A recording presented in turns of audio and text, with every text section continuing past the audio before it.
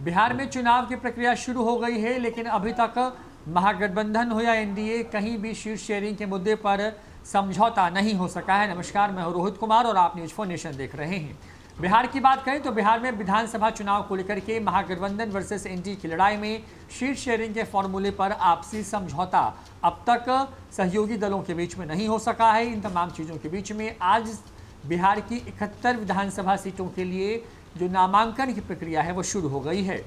बिहार विधानसभा चुनाव के पहले चरण के लिए 28 अक्टूबर को मतदान होना है। इसके लिए अधिसूचना 1 अक्टूबर यानी कि आज जारी हो गई है।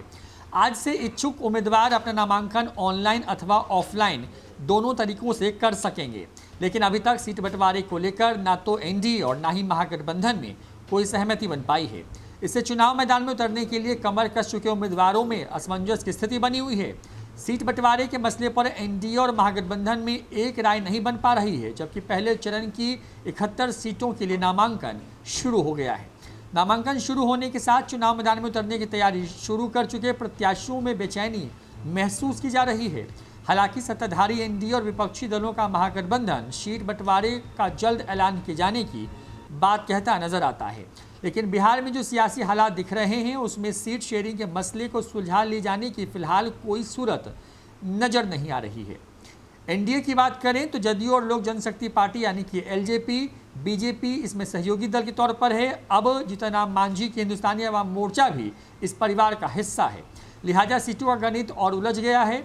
एनडीए सीट बंटवारे पर सहमति बनाने के लिए मंथन में जुटा हुआ है। एलजेपी प्रमुख चिराग पासवान नीतीश कुमार को निशाना बना रहे हैं। वहीं नीतीश कुमार ने सीट शेयरिंग के फॉर्मूले को सुलझाने के लिए गेंद बीजेपी के पाले में डाल दी है।